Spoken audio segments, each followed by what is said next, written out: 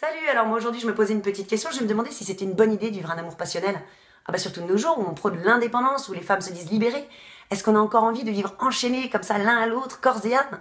Ou est-ce que directement on va entendre le... Ça, c'est l'alarme du... Attention, ça pue l'embrouille, tu vas droit dans le mur, chérie. Je la connais, j'ai déjà entendu. Dévorante, brûlante, fatale. Et oui, la passion fait rêver alors qu'on sait très bien que c'est une arme de destruction massive. C'est un petit peu comme quand quelqu'un te dit « Attention, ne touche pas, c'est brûlant ». Toi, il va falloir que tu ailles poser ton doigt dessus juste pour vérifier si c'est vraiment chaud. T'es con des fois.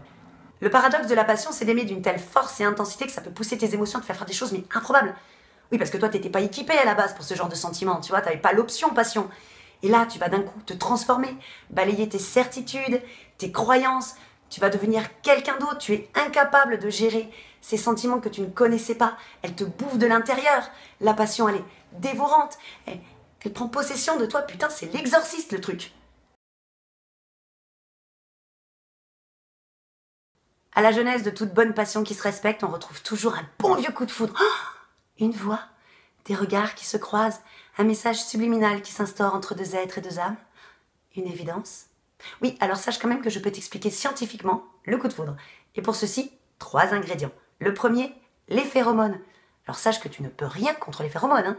À partir du moment où tu les auras respirés, tu seras tel un épagnol breton un premier jour de chasse. Incontrôlable. Deuxième ingrédient, les PEA. PEA, c'est une hormone qui s'apparente à l'amphétamine. Donc t'es défoncé. Et troisième ingrédient, l'adrénaline. Oui, cette espèce de parachute émotionnel. Et ben les 3 réunis, t'es dans la merde. Attention, loin de moi l'idée de te décourager d'aimer avec passion, évidemment. On a tellement de jolis exemples. Regarde, Roméo et Juliette. Ah ben non, il meurt à la fin, celui-là. Oui. Mickey et Mallory dans Tueur né. Non plus, il tue tout le monde et en plus il décède. Je vais éviter Bonnie and Clyde aussi.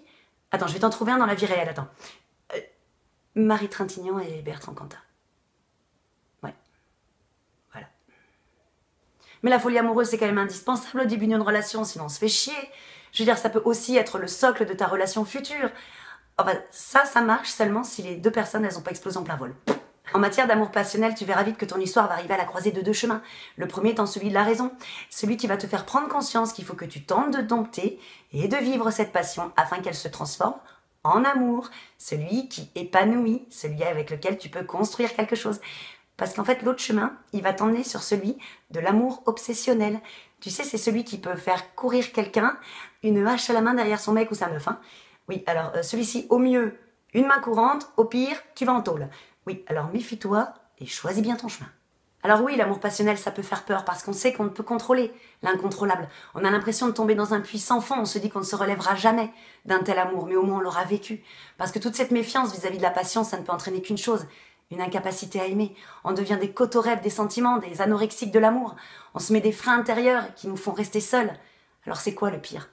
Souffrir d'être seul ou souffrir d'aimer?